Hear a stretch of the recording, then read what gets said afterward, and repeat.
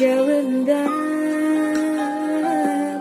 büyük cennet, gömülüdü gülcendir maksız tabışma. Gezi gülün izlet gelin ayvası.